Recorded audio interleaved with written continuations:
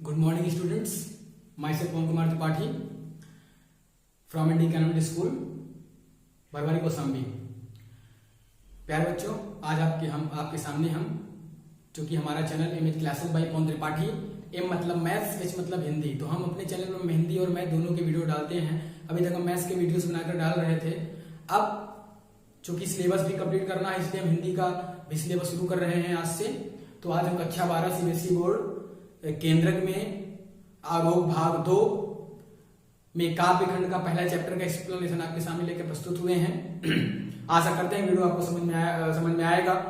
और अगर आपने हमारे चैनल को सब्सक्राइब नहीं किया हुआ है तो हमारे चैनल को सबसे पहले सब्सक्राइब करें, लाइक करें और शेयर करें, ताकि अगर हम कोई भी अगला वीडियो अगले चैप्टर की वीडियो बनाकर आपके सामने प्रस्तुत करें, तब आपके सामने सबसे पहले नोटिफिकेशन आपको पहुंचे। तो प्यारे बच्चों, सबसे पहले आप कक्षा 12 का ये सिलेबस देख लें, मैंने लिखा हुआ है। तो ये पूरा सिलेबस है कक्षा 12 का। इतनी सारी चीजें आपको तैयार करनी है। इसमें 2 किताबें हैं, जैसे कि आप कक्षा 11 में पढ़ चुके हैं, उसी प्रकार 2 किताबें उसमें भी है। आप कक्षा 11 में आरोह भाग 1 और विधान भाग 1 पढ़े हैं, इसमें आप आरोह भाग 2 और विधान भाग 2 पढ़ेंगे। तो आरोह भाग 2 में 2 खंड है, काव्य खंड और गद्य खंड, और उसके बाद विधान, फिर व्याकरण पोर्शन है। आशा करता हूं कि ये व्याकरण पोर्शन आपका कंप्लीट होगा कक्षा 11 में ही, क्योंकि जो 11 और 12 की व्याकरण होती है वो बिल्कुल सेम ही होती है, वही चीजें पढ़ाई जाती हैं। काव्य खंड का जो पहला चैप्टर है वो आत्म परिचय, वह दिन जल्दी नहीं ढलता है। दूसरा है पतन, तीसरा कविता के बहाने बात सीधी, और उसमें 2 खंड है, बात सीधी थी। कैमरे में बंद अपाहिज, 5वां सहज स्वीकारा है, 6वां उषा, 7वां बादल राग, 8वां लक्ष्मण मूर्छा, राम का विलाप, 9वां रुबाइया गजल, और 10वां छोटा मेरा खेत, बबलों की पंख। ये तो हो गया आरोह का काव्य खंड। गद्य खंड देख लेते हैं। भक्तिन पहला, दूसरा बाजार दर्शन, तीसरा काले मेघा पानी दे, चौथा पहलवान की ढोलक, 5वां चार्ली चैपलिन, 6वां नमक, 7वां सीरीज के फूल, 8वां श्रम विभाजनवाद जाति प्रथा। इसका एक खंड है मेरी कल्पना का आदर्श समाज। फिर उसके बाद विधान भाग 2 में पहला चैप्टर है सिल्वर बेडिंग, दूसरा है जूझ, तीसरा अतीत के दबे पांव, और चौथा है डायरी के पन्ने। तो कक्षा 11 में विधान में 3 चैप्टर थे, और कक्षा 11 में विधान के 4 चैप्टर हैं। ये व्याकरण का पोर्शन है। जनसंचार, पत्रकारिता के विविध आयाम, इसमें जनसंचार के विविध आयाम सम्मिलित हैं। रिपोर्ट लेखन, फीचर लेखन, आलेख लेखन, कार्यालय पत्र, निबंध लेखन, हाल ही में पढ़ी गई पुस्तक की समीक्षा। ये चीज ये नई आपको मिली है, इस चीज को मैं आपको अच्छे से समझाऊंगा ताकि आपको अच्छे से समझ में आ जाए। ये आपका पूरा सिलेबस है। अगर आपके पास बुक है तो बहुत अच्छी बात है, नहीं है तो आप एनसीईआरटी का ऐप डाउनलोड करके उसमें से किताबें आप डाउनलोड कर सकते हैं। और चूंकि कक्षा 12 है, इस बार वैश्विक महामारी के इस चक्र में आप सब फंसे हैं। इसमें आपको युद्ध करके, लड़के और इस पर विजय प्राप्त करते हुए आपको आगे बढ़ना है। तो इस ऑनलाइन शिक्षा पद्धति में आप सब मिल करके जुड़े, सहयोग करें, और शासन की जो मंशा है, जो उसका निर्देश है, उसको सफल बनाने में अपना अभूतपूर्व सहयोग प्रदान करें। उसके बाद आप इसको नोट कर लें। फिर मैं काव्य खंड का पहला चैप्टर आपके सामने लेकर प्रस्तुत होता हूं, तब तक इसको आप नोट कर लें।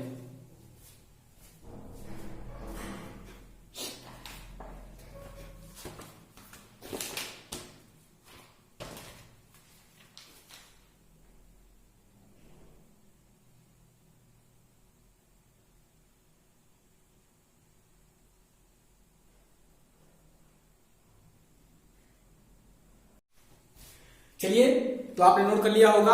अब मैं आपके सामने आरोह भाग 2 में काव्य खंड का पहला चैप्टर लेकर प्रस्तुत हुआ हूं। चलिए, इसमें हरिवंश राय बच्चन जी का लिखा हुआ आत्म परिचय है। तो इन्होंने यहां पर बच्चन जी ने अपनी इन पंक्तियों के माध्यम से अपने खुद के जो विचार हैं, इनके मन की जो आकांक्षा है, इनके मन में जो उत्साह है, जो दुख है, जो प्रसन्नता है, उसके बाद और इस संसार की जो तमाम रीतियां हैं उसके बारे में इन्होंने बड़ा ही मार्मिक चित्रण किया हुआ है। तो उसको मैं आपके सामने प्रस्तुत करता हूं। उसके बाद अभी कुछ समय के बाद हम डिजिटल भी हो जाएंगे। तो ये जो भी आपको काव्यांश पढ़ाया जा रहा है वो सारी चीजें आपको यहाँ पर स्क्रीन पर दिखेंगी। थोड़ा सा वक्त लगेगा। फिलहाल अभी आप सब एनसीईआरटी ऐप डाउनलोड करके बुक डाउनलोड कर लें, उसके बाद आप पढ़ाई करें। तो इसमें आत्मपरिचय का पहला स्टेंजा मैं देखता हूं, मैं जग जीवन का भार लिए फिरता हूं, फिर भी जीवन में प्यार लिए फिरता हूं। अब कवि बच्चन जी कह रहे हैं कि मैं जग जीवन का, मैं इस पूरे संसार के जो जीवन है, जो जीव प्राणी है, उन सभी का भार लेकर फिरता हूं। कवि की कल्पना है और कवि का नाम ही कल्पना होता है, कवि की कल्पना कहीं पहुंच सकती है। तो मैं जब जीवन का भार लिए फिरता हूं, मैं संसार के सभी अवसादों को लेकर घूम रहा हूं, फिर भी जीवन में प्यार लिए फिरता हूं। इतना दुख कष्ट तकलीफ होते हुए भी मैं अपने अंतरात्मा में प्यार को लेकर घूम रहा हूं। मैं सभी के लिए प्यार है, मेरे अंदर है, मैं सभी को प्यार बांटता फिर रहा हूं। कर दिया किसी ने झंकृत जिनको छूकर, जिसने इस हमारे मन को छूकर एकदम झंकृत कर दिया है, प्रसन्नचित कर दिया है, झकझोर दिया है। मैं सांसों के दो ताल लिए फिरता हूं, ऐसी मैं सांसों के दो ताल लेकर फिर रहा हूं। इसमें सभी के लिए असीमित प्रेम है, सभी के लिए समान भाव से एक व्यवहार है, एक प्रेम है।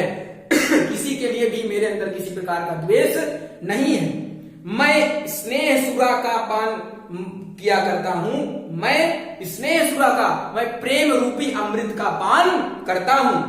और देखिए, सुरा माने शराब भी होती है, तो मैं प्रेम रूपी अमृत का भी पान किया करता हूं, अर्थात प्रेम रूपी नशे में हमेशा रहता हूं और वही नशा सबको बांटने की कोशिश करता हूं, अर्थात समानता के व्यवहार में सबके साथ करता हूं।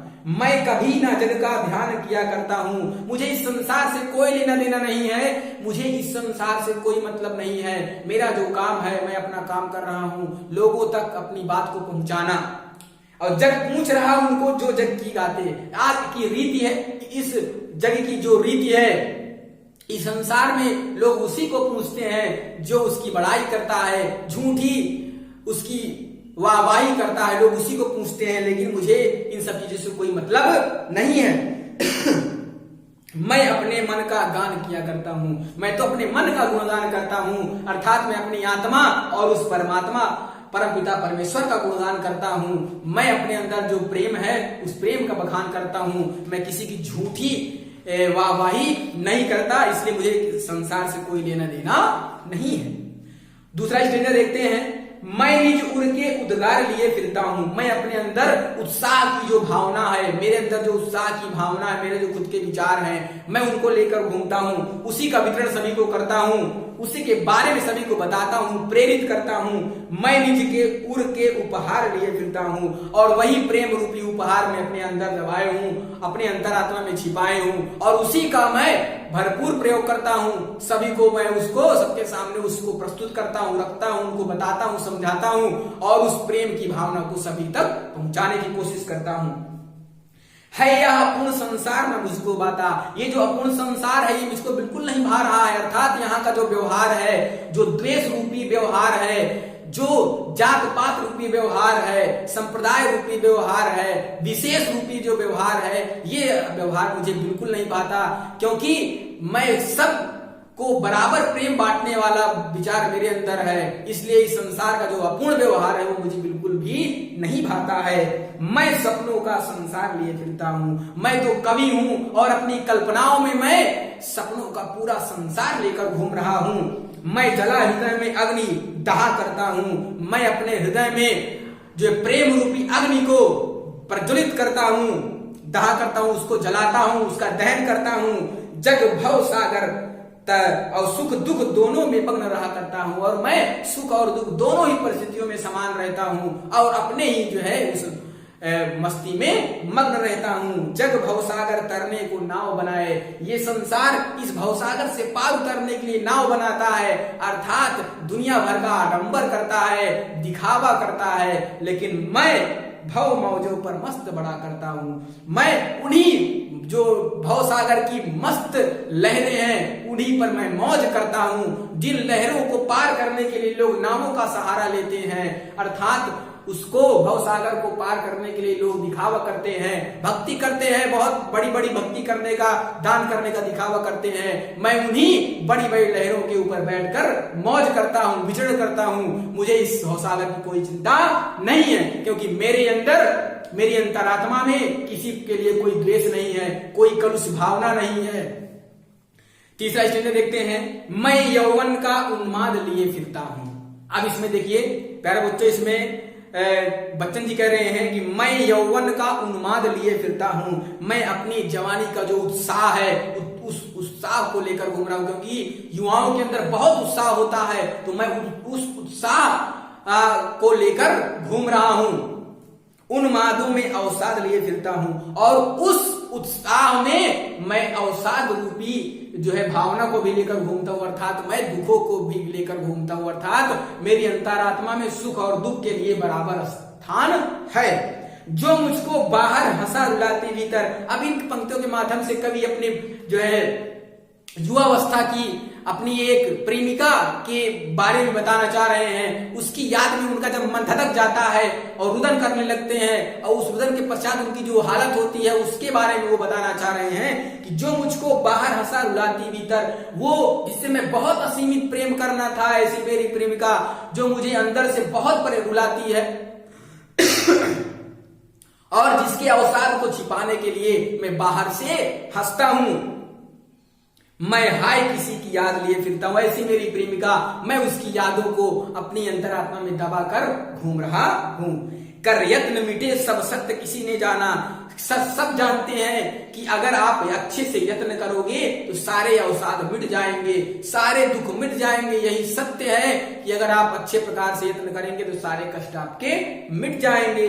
नादान वही है हाय जहां पर दाना, अर्थात जहां पर दाना का मतलब जहां पर बहुत अधिक बुद्धिमान होते हैं वही नादान व्यक्ति होते हैं। जहां अति महत्वपूर्ण, अति बुद्धिमान लोग होते हैं वहीं पर मूर्ख लोग भी होते हैं। फिर मूढ़ न क्या जग जो इस पर भी सीखे। तो ये संसार मूर्ख नहीं तो वो क्या है जो इस पर भी सीखे, जो इस पर भी कुछ सीखता नहीं है।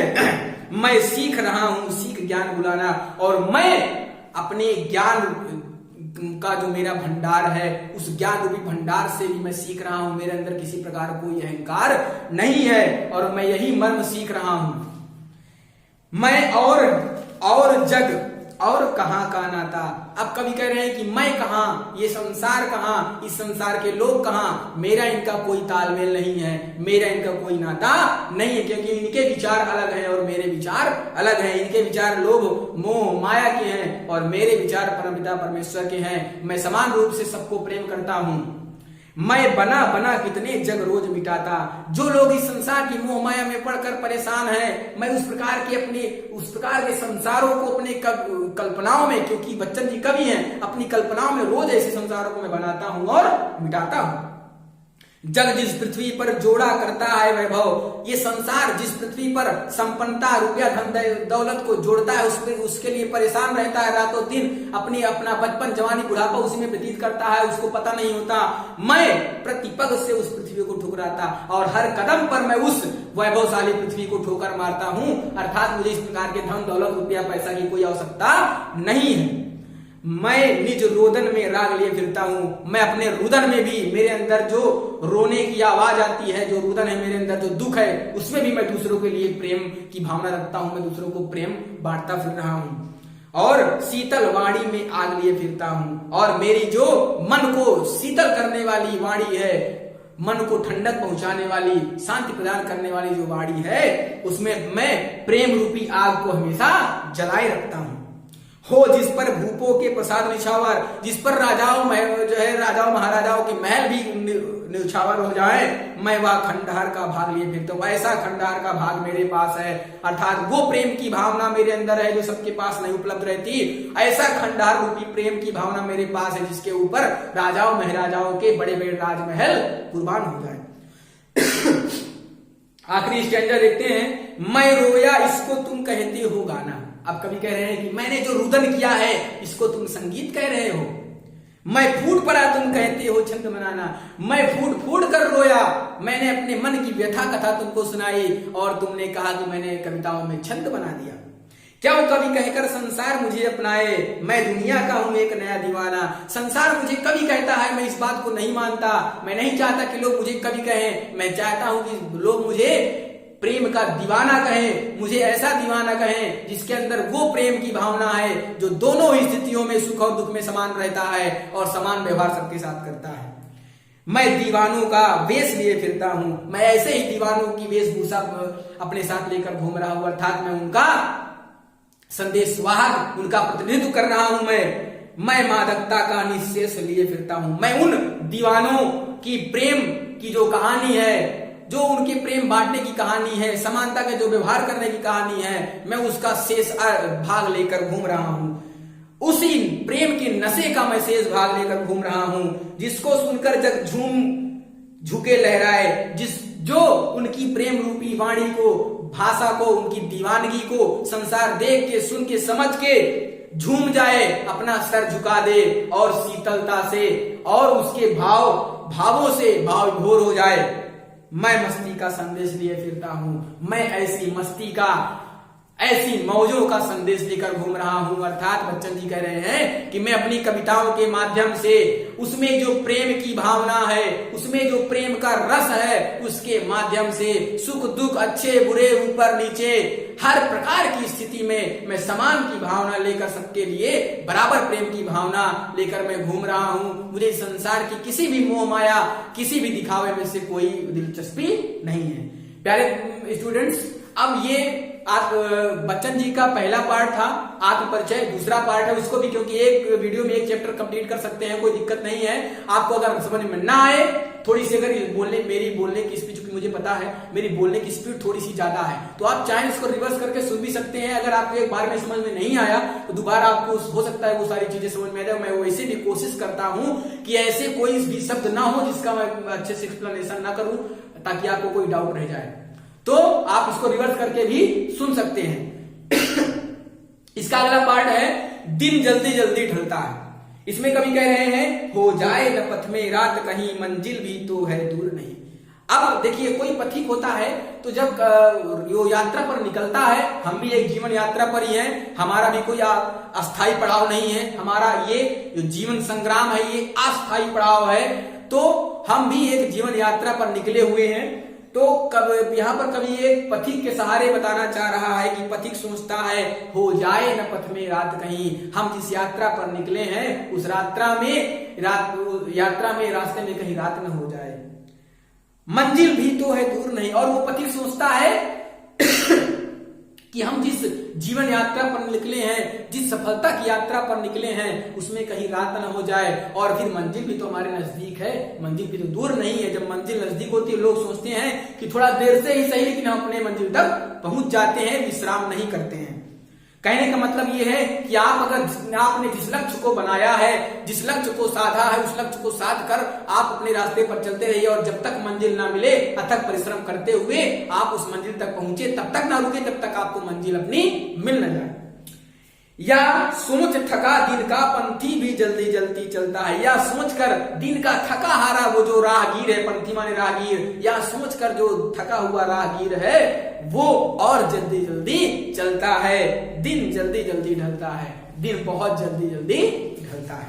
फिर अगला स्टेंजा देखते हैं, बच्चे प्रत्याशा में होंगे, नीड़ों से झांक रहे होंगे। अब कवि इन पंक्तियों के माध्यम से ये बताना चाह रहा है कि जिस प्रकार पक्षियों के घोंसले से उनके बच्चे उनकी राह देखते रहते हैं कि हमारे माता पिता आते होंगे, उसी प्रकार जब कोई राहगीर किसी राह पर निकलता है, कोई पथिक किसी यात्रा पर निकलता है, तो उसके भी घर के जो जिम्मेदार लोग हैं, उसके भी जो आने वाली पीढ़ियां हैं, उसके भी जो चाहने वाले हैं, वो उसकी राह देखते रहते हैं। बच्चे प्रत्याशा में होंगे, नीड़ों से झांक रहे होंगे।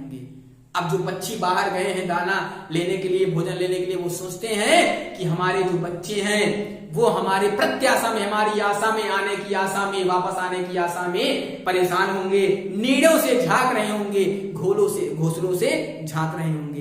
या ध्यान परों में चिड़ियों के भरता कितनी चंचलता है। और जब उन पक्षियों के ध्यान में ये बात आती है कि उनके बच्चे घोंसले में अकेले होंगे, वो उनकी राह देख रहे होंगे, यही विचार उनके पंखों में एक अभूतपूर्व ताकत पैदा कर देती है, जिससे वो और जल्दी जल्दी अपने जो है घोंसलों की तरफ, अपने ठिकानों की तरफ चल देते हैं।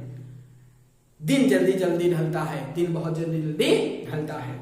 मुझसे मिलने को कौन विकल, मैं हूं किसके ही चंचल। कभी कह रहा है ऐसा कौन है जो मुझसे मिलने के लिए विकल माने व्याकुल है, ऐसा कौन है जो मुझसे मिलने के लिए व्याकुल है, उत्सुक है, उत्साहित है। मैं हूं किसके ही चंचल, और मैं किसके लिए चंचल हूं, मैं किसके लिए चंचल बनूं, मेरे अंदर किसके ऐसा है कोई जिसके लिए मेरे मन में भी उत्साह आ जाए, चंचलता आ जाए।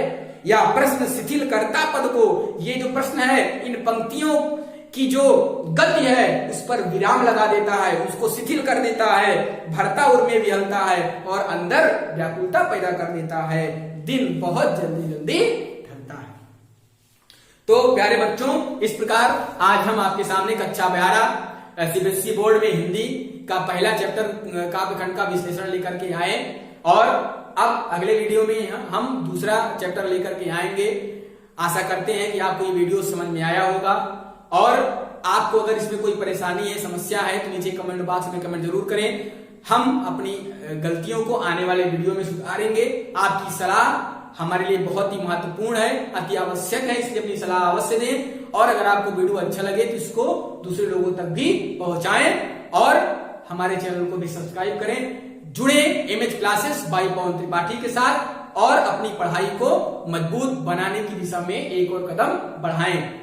तब तक के लिए अपने घर पर रहें, सुरक्षित रहें, सरकार के द्वारा दिए गए निर्देशों का पालन करें, अपने परिवार का ध्यान रखें, कोशिश करें अनावश्यक कार्यों के लिए घर से बाहर न निकले, बहुत जरूरी हो तब घर के बाहर निकलें। उसके बाद इस महामारी जो चल रही है उसका भी कोई इलाज नहीं आया है, इसका सिर्फ और एक ही इलाज है, इसकी अच्छी जानकारी और उससे बचाव। तो आप उसकी अच्छी जानकारी रखें, हमें क्या करना है, क्या नहीं करना है, उससे क्या बचाव है, उस बचाव को करना है। अपने मोबाइल में आरोग्य सेतु ऐप डाउनलोड जरूर रखें, ब्लूटूथ और जीपीएस हमेशा ऑन रखें, वो आपकी सुरक्षा के लिए अति महत्वपूर्ण है। जय हिंद, जय भारत।